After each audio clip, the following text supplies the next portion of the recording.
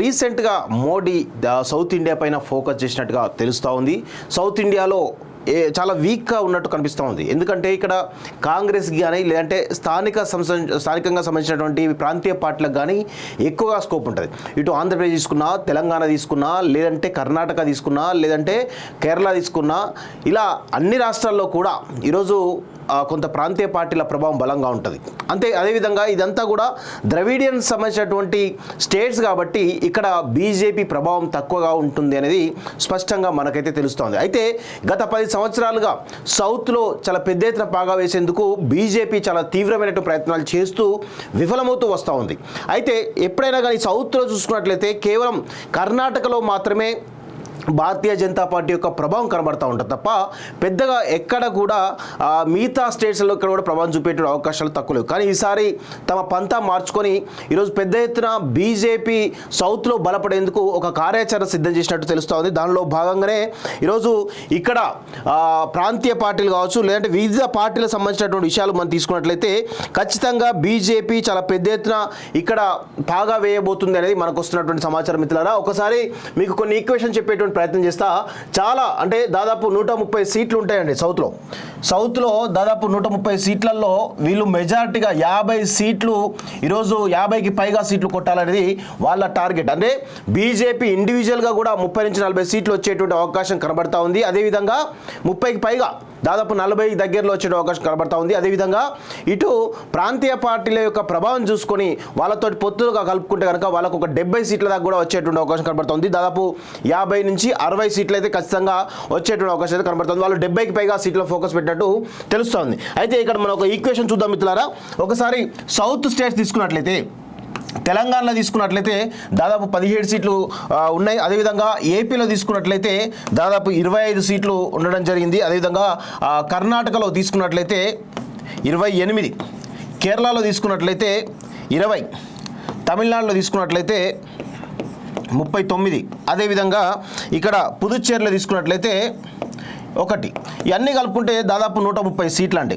ఈ 130 సీట్లలో వీళ్ళు అంటే దాదాపు మనకున్నటువంటి సీట్ల సంఖ్య పార్లమెంటు సీట్ల సంఖ్య 543 మైనస్ 130 తీసుకున్నట్లయితే దాదాపు 413 సీట్లలో వీళ్ళు ఘంటాపదంగా చెప్తున్నది ఏంటంటే దాదాపు 370కి పైగా ఈరోజు ఇండివిజువల్గానే ఈరోజు భారతీయ జనతా పార్టీకి వస్తాయని చెప్పేసి చెప్తా ఉన్నారు. ఇది ఎట్లా సాధ్యమైతే మీకు చెప్పేటువంటి ప్రయత్నం చేస్తాం మిత్రులారా. అంటే 130ని ఎందుకు చేసిన అంటే చాలామంది కూడా ఒక అనుమానం ఉంది, భారతీయ జనతా పార్టీ అసలు సౌత్లో ఎలాంటి సీట్లు కూడా రావు అనేటువంటి ఒక దాంట్లో ఈరోజు ఒక భ్రమంలో ఉన్నట్టు తెలుస్తోంది. ఆ భ్రమంలో తొలగించేటువంటి ప్రయత్నం చేస్తా. ఇది ఏదో పార్టీ కోణంలో కాదు, ఇది రియాలిటీ ప్రాక్టికల్గా నేను చెప్పేటువంటి ప్రయత్నం చేస్తాను మిత్రులారా. ఇక్కడ తెలంగాణలో తీసుకున్నట్లయితే ఈరోజు ఇప్పుడున్నటువంటి సినారియోలో 8 సీట్లు ఖచ్చితంగా వచ్చే అవకాశాలు ఇంకా పెరిగేటువంటి అవకాశం కూడా కనబడుతోంది. 8 నుంచి 10 రావచ్చు. ఇంకో వేవ్ కనుక క్రియేట్ అయితే 12 దాకా కూడా వచ్చేటువంటి అవకాశాలు అయితే కనబడుతూ ఉన్నాయి. అదేవిధంగా ఇక్కడ ఏపీలో తీసుకున్నట్లయితే ఇప్పుడు టీడీపీ, జనసేన, అదేవిధంగా బీజేపీ పొత్తు అని చెప్పి చెప్తా ఉన్నారు. దానిలో భాగంగా వీళ్ళకు ఒక 3 నుంచి 5 సీట్లు ఇచ్చేటువంటి అవకాశాలు అయితే కనబడుతూ ఉన్నాయి. ఒకవేళ పొత్తు లేకున్నా కానీ, పొత్తు ఉన్నా లేకున్నా ఇక్కడ ఏ పార్టీ అయితే అధికారంలోకి వస్తుందో ఆ పార్టీ ఖచ్చితంగా ఎన్డీఏలో అలయన్స్గా భాగస్వామిగా ఉండే అవకాశం అయితే కనబడుతోంది. అందుకే ఇక్కడ ఖచ్చితంగా 15 సీట్లకు తగ్గకుండా వచ్చేటువంటి అవకాశం అయితే కనబడుతూ ఉన్నాయి మిత్రులారా.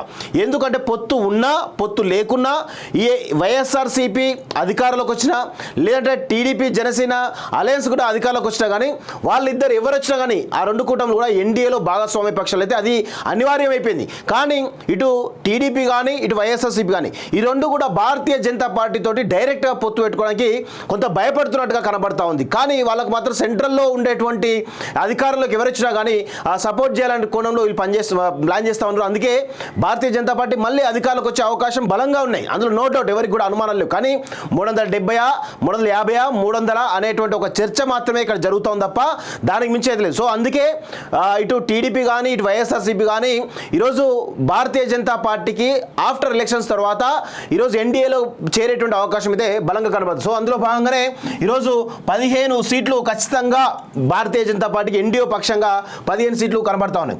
అదేవిధంగా కర్ణాటకలో తీసుకున్నట్లయితే మీరు ఆశ్చర్యపోతారు. కర్ణాటకలో అసలు అధికారంలో లేదు కదా, ఎన్ని సీట్లు వస్తాయి అనుమానాలు, ఒక 4-5 వస్తాయని చెప్పేసి ఒక భ్రమంలో బతుకుతా ఉన్నారు కదా. ఇక్కడ ఖచ్చితంగా 25 సీట్లు తగ్గకుండా 24-25 సీట్లు తగ్గకుండా వచ్చేటువంటి అవకాశాలు బలంగా ఉన్నాయి. అక్కడ క్లీన్ స్వీప్ అయిన అవకాశం, క్లీన్ స్వీప్ అయిన ఆశ్చర్యం లేదు మిత్రులారా. అయితే కేరళ తీసుకున్నట్లయితే ఇక్కడ 1 or 0, ఎందుకంటే కేరళలో చాలా పెద్ద ఎత్తున ఈరోజు కొంత ఇబ్బందికరమైన పరిస్థితి బీజేపీ కూడా. ఎందుకంటే అక్కడ ఉన్నటువంటి క్రిస్టియన్ ప్రభావం కావచ్చు, లేదంటే రాహుల్ గాంధీ వాయనాడ్ నుంచి మళ్ళీ పోటీ చేస్తూ ఉన్నాడు. అదేవిధంగా అక్కడ కమ్యూనిస్టుల ప్రభావం బలంగా ఉంటుంది, అక్కడ స్థానికంగా ఉన్నటువంటి ప్రాంతీయ పార్టీ బలంగా ఉంది కాబట్టి అక్కడ స్కోప్ లేకుండా పోయింది కేరళలో. సో అందుకే వాళ్ళకి ఒక సీట్ ఈసారి వచ్చే అవకాశం ఉంది. కానీ ఇక్కడ విషయం ఏంటంటే ఇక్కడ కేరళలో ఖచ్చితంగా ఈసారి మెజారిటీ ఓటు బ్యాంకు బలంగా పెరిగేటువంటి అవకాశం అయితే కనబడుతుంది. అక్కడ ఉన్నటువంటి ఏదైతే హిందూ క్యారిడార్ ఏదైతే బెల్ట్ అవుతుందో అక్కడ చాలా పెద్ద ఎత్తున ఓటు బ్యాంక్ పెరిగేటువంటి అవకాశం అయితే కనబడతా ఉంది. సో అందుకే ఓటు బ్యాంకు బలంగా పెరుగుతుంది. అక్కడ ఒకటా లేదా 0 సీట్స్ వచ్చే అవకాశం అయితే కనబడుతున్నాయి. అయితే ఇక్కడ తమిళనాడులో మాత్రం ఇక్కడ చూసినట్లయితే తమిళనాడులో అసలు బీజేపీ అసలు లేనే లేదని అనుకుంటున్నాం కదా. కానీ గత 6 నెలలుగా అన్నమలై చేస్తున్నటువంటి పాదయాత్ర ద్వారా ఇక్కడ బీజేపీ 3% ఉన్నటువంటి ఓటు బ్యాంకు అనూహ్యంగా 17% పెరిగి అక్కడ దాదాపు 3 నుంచి 5 సీట్లు పెరిగేటువంటి అవకాశం అయితే కనబడతా ఉంది మిత్రులారా. సో ఇక్కడ పుదుచ్చేరిలో వచ్చే అవకాశం చాలా తక్కువగా కనబడతా ఉంది. సో ఇక్కడ ఒక్కసారి తీసుకున్నట్లయితే 15, 25, 40, 41, 41, 3,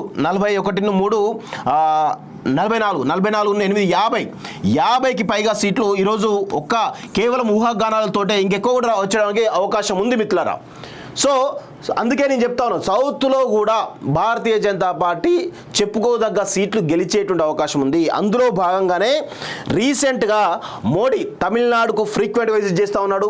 నిన్నటికి నిన్న తమిళనాడు పోవడం జరిగింది. అదేవిధంగా నిన్న ఉదయం ఆదిలాబాద్లో కూడా బహిరంగ సభ చేయడం జరిగింది. ఈరోజు మరి రాజ్భవన్లో బస చేస్తున్నట్టు తెలుస్తోంది. మరికొద్ది సేపట్లో పటాన్చెరుల సంగారెడ్డిలో బహిరంగ సభలో కూడా అటెండ్ అయ్యేటువంటి అవకాశం అయితే బలంగా కనబడుతున్నట్టయితే మనకైతే తెలుస్తూ ఉంది మిత్రులారా. సో అందుకే ఇక్కడ చూడండి, నిన్న ఆదిలాబాద్ సంబంధించినటువంటి పార్లమెంట్ ఆల్రెడీ బీజేపీకే వచ్చే అవకాశం అయితే కనబడుతూ ఉంది. అయితే నిన్న రాత్రి ఈరోజు ఉదయం మహంకాళి టెంపుల్ విజిట్ చేసే అవకాశం కనబడుతూ ఉంది ప్రధాని మోడీ. అక్కడ సికింద్రాబాద్ పార్లమెంట్ కూడా కవర్ అయిపోతూ ఉంది. ఆ తర్వాత నిజామాబాద్, అదేవిధంగా జహీరాబాద్, అదేవిధంగా మెదక్, ఈ 3 కాన్స్టిట్యూన్సీ సంబంధించి అక్కడ బహిరంగ సభ జరగబోతుంది. కాబట్టి ఆ 3 కాన్స్టిట్యూన్సీ కూడా ఈరోజు మళ్ళా తిరిగి బీజేపీ పెద్దగా అవకాశాలు ఉన్నట్టు తెలుస్తోంది. ఎందుకంటే మెదక్లో కూడా చాలా ఆశ్చర్యకరంగా కనబడుతూ ఉంది.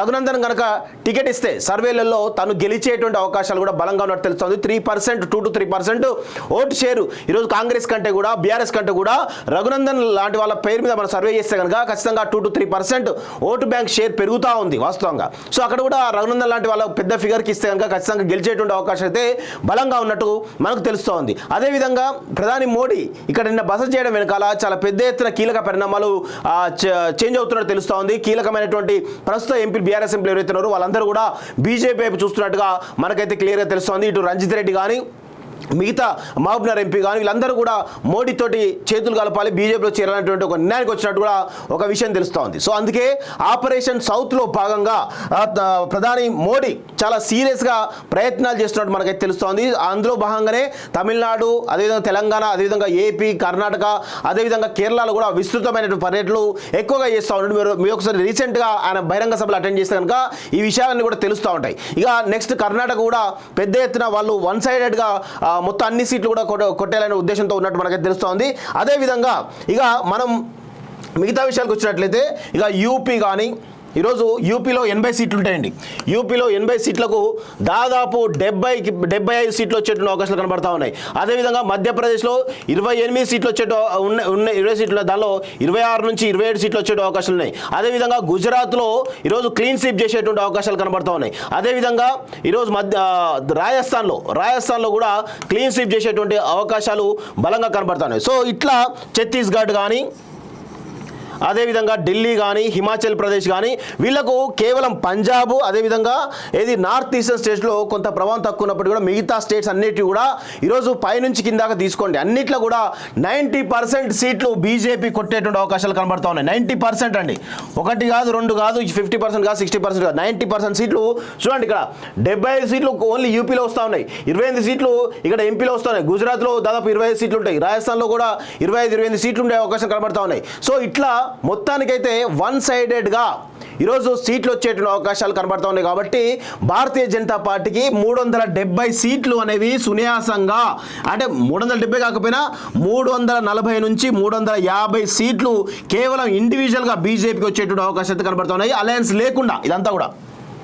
అందుకే చాలా పెద్ద ఎత్తున రీసెంట్గా అయోధ్య రామ మందిర నిర్మాణం కావచ్చు, లేదంటే వాళ్ళు చేస్తున్నటువంటి ప్రచారం ఏదైతే ఉందో ఈరోజు కాశ్మీర్ ఇష్యూ ఏదైతే ఉందో అది కావచ్చు, లేదంటే యూసీసీ బిల్లు కావచ్చు, లేదంటే వాళ్ళు తీసుకొచ్చిన చాలా సంస్కరణలు ఏవైతే ఉన్నాయో అవన్నీ కూడా ఈరోజు భారతీయ జనతా పార్టీనే మళ్ళొకసారి అధికారంలో చేపట్టాలి, ఇక్కడ సుస్థిర ప్రభుత్వం ఉండాల్సిన అవసరం ఉంది అనే కోణంలో ఈరోజు ప్రజలు మోడీనే మళ్ళీ ప్రధానిగా కావాలనే ఉద్దేశంతో ఇక్కడ మోడీ మానియా మొత్తం కూడా దేశవ్యాప్తంగా ఇటు 2014 2019 తర్వాత ఇంకా మోడీ గ్రాఫ్ అనేది చాలా బలంగా పెరిగి మరొకసారి మోడీ ప్రధాని కావాలనే ఉద్దేశంతో భారతీయ సంబంధించిన ప్రజలందరూ కూడా ఈరోజు కోరుకుంటున్న విషయం కూడా మనం గమనించాలి మిత్రులారా. చాలా ప్రాక్టికల్గా చెప్తున్నాను నేను, ఇది చాలా ప్రాక్టికల్గా నేను చూసిన దాన్ని బట్టి ఇటు నార్త్లో వేవ్ ఎలా ఉందో ఇటు సౌత్లో కూడా ఏ విధంగా బీజేపీ పుంజుకుంటుందో తెలుసుకొని మరి నేను చెప్తా ఉన్నాను. ఇందులో భాగంగా ఎటువంటి డౌట్స్ లేదు, రాసి పెట్టుకొని 350 సీట్లకు తగ్గకుండా భారతీయ జనతా పార్టీ సింగిల్ హ్యాండెడ్గా పవర్లోకి వచ్చేటువంటి అవకాశాలు బలంగా ఉన్నట్టు మనకు తెలుస్తూ ఉంది. సో దీనికి సంబంధించి మరి మోడీ కూడా అదేవిధంగా 10 రోజులు దాదాపు 12 రాష్ట్రాల్లో విస్తృతమైనటువంటి బహిరంగ సభల్లో పాల్గొని ఈరోజు పెద్ద ఎత్తున ప్రజల్ని మోటివేట్ చేయడం కావచ్చు, ప్రజలందరినీ కూడా భారతీయ జనతా పార్టీ వైపు తిప్పుకొని దానంతా కూడా ఓటు కన్వర్షన్గా మార్చడంలో చాలా కీలకంగా ఈరోజు ప్రధాని మోడీ తన వ్యూహ రచనను సిద్ధం చేసినట్టు కూడా తెలుస్తూ ఉంది.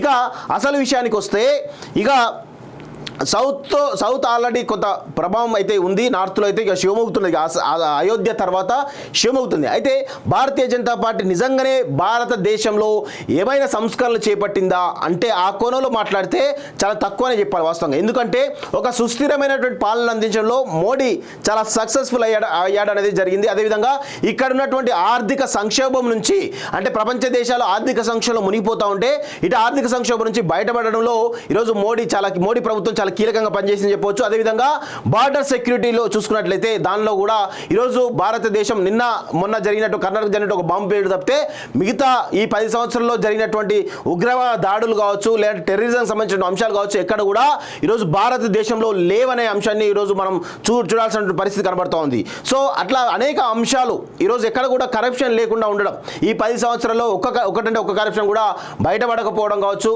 లేదంటే టెర్రరిజాన్ని కంట్రోల్ చేయడం కావచ్చు, లేదంటే బార్డర్ సెక్యూరిటీ విషయంలో కావచ్చు, జాతీయవాద విషయంలో కావచ్చు, ఇలా అనేక అంశాలు. దాంతోపాటు ఈరోజు హిందుత్వ వాదం కూడా ఈరోజు తమ వైపు మలుచుకునేటువంటి అంశాల్లో భాగంగా ఈరోజు భారతీయ జనతా పార్టీ అన్ని అంశాలను ఈరోజు మోడీ మానియా కావచ్చు, హిందుత్వ వాదం కావచ్చు, జాతీయ వాదం కావచ్చు, టెర్రరిజాన్ని మొత్తంగా రిమూవ్ చేయడం కావచ్చు, ఇలా అనేక అంశాలు తీసుకున్నట్లయితే భారతీయ జనతా పార్టీకి ఈరోజు అన్నీ కూడా చాలా ప్రజలందరూ కూడా సానుకూలంగా ఉన్నట్టు తెలుస్తోంది. మూడోసారి ఈ విధంగా అంటే 2 టర్మ్స్ అయిపోయిన తర్వాత ఏ ప్రభుత్వం మీదనే కానీ చాలా ప్రజల్లో ఒక రకమైనటువంటి విరక్తి వచ్చేటువంటి అవకాశం ఉంటుంది. కానీ అలాంటి ఏది లేకుండా ఒక సానుకూలమైనటువంటి వాతావరణం ఈరోజు భారతీయ జనతా పార్టీకి కనబడుతున్నట్టుగా మనకు తెలుస్తూ ఉంది మిత్రులారా.